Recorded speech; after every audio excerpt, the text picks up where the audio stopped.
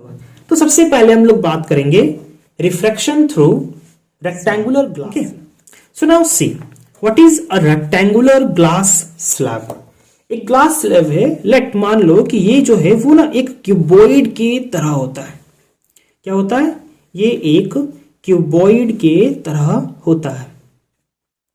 Okay, सो इस type का rectangular glass slab होता है। मान लो कि हमने इस ग्लास स्लैब को किसी एक मीडियम में रख दिया है। मान लो उसको हमने मीडियम 1 में रख दिया, मतलब कि इस ग्लास के चारों तरफ क्या है, ये कोई ना कोई एक मीडियम में है।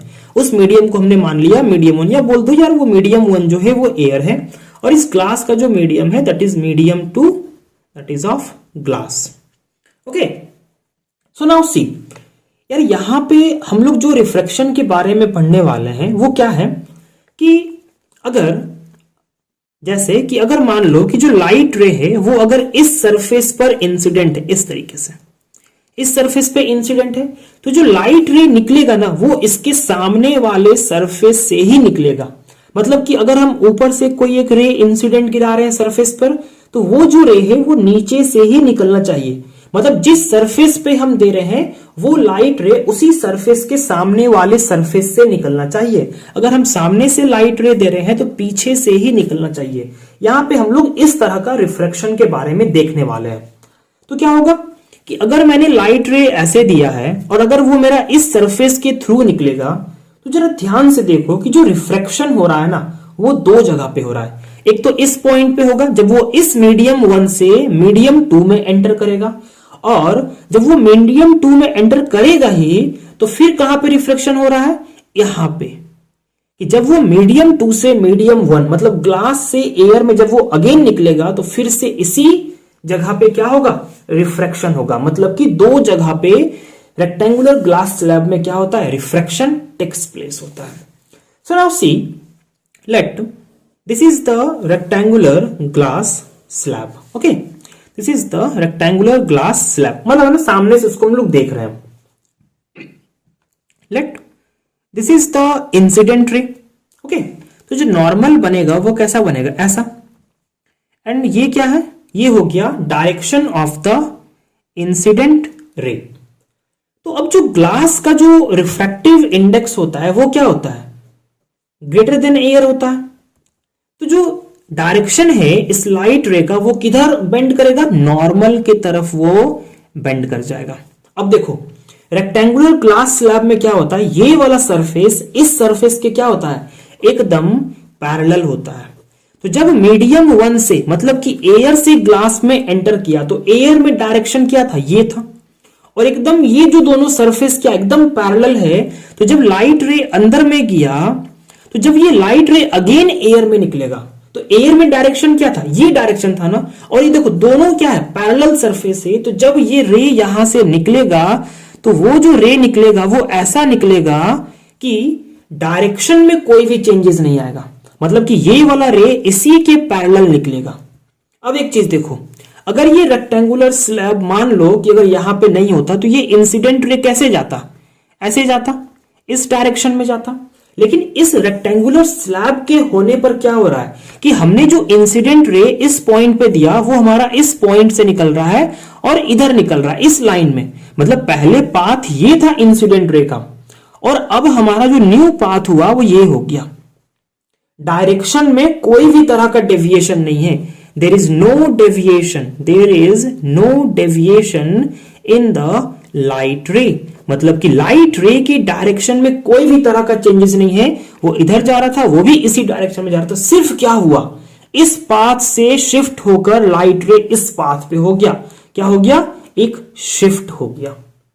ठीक है, और इसी फेनोमेना को हम क्या बोलते हैं, लैटरल शिफ्ट। इसी फेनोमेना को हम क्या बोलते हैं, lateral shift. This phenomena that this रे shifted, that this ray shifted from this line is called lateral shift और lateral displacement। इसी को हम क्या बोलते हैं, इसी को हम बोलते हैं लैटरल शिफ्ट और लैटरल डिस्प्लेसमेंट।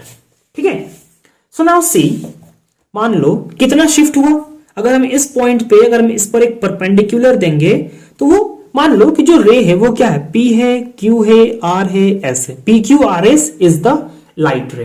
ठीक है, and let this point is T, this point is T, this is the angle of incidence and this is angle of refraction. इस पॉइंट पर भी नॉर्मल होगा। अब देखो ये नॉर्मल और ये लाइन है तो ये भी क्या होगा, ये भी R होगा। अब देखो ये नॉर्मल दोनों पैरेलल और ये रे भी इसके पैरेलल है, तो अगर ये एंगल ऑफ इंसिडेंस है तो ये भी एंगल ऑफ इंसिडेंस ही होगा। ठीक है, so and let the thickness of the glass slab is T। कितना है, T है। एंड दिस एंगल, ये एंगल कितना होगा, ये रे ऐसे जा रहा था, ये नॉर्मल ऐसे है, तो ये कितना I है, ये R है, तो ये कितना हो जाएगा, ये हो जाएगा आपका I माइनस R।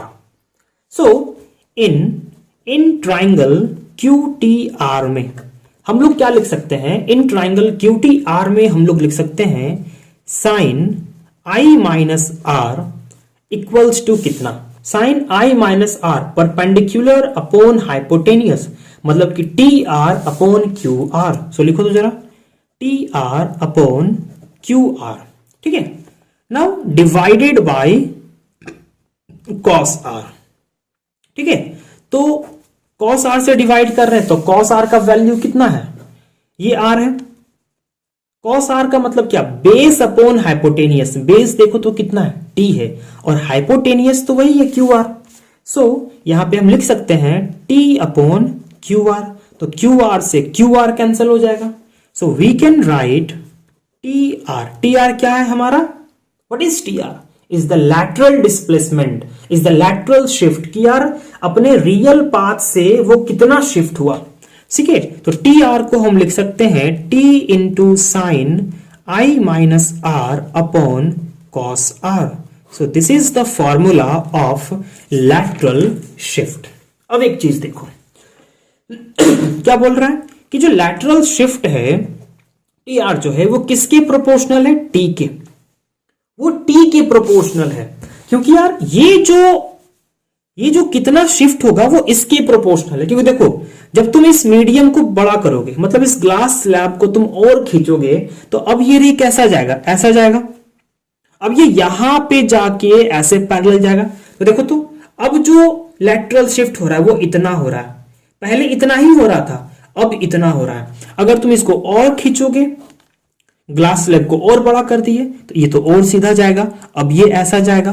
तो अब देखो शिफ्ट ऐसे होगा, तो पहले इतना फिर इतना फिर इतना।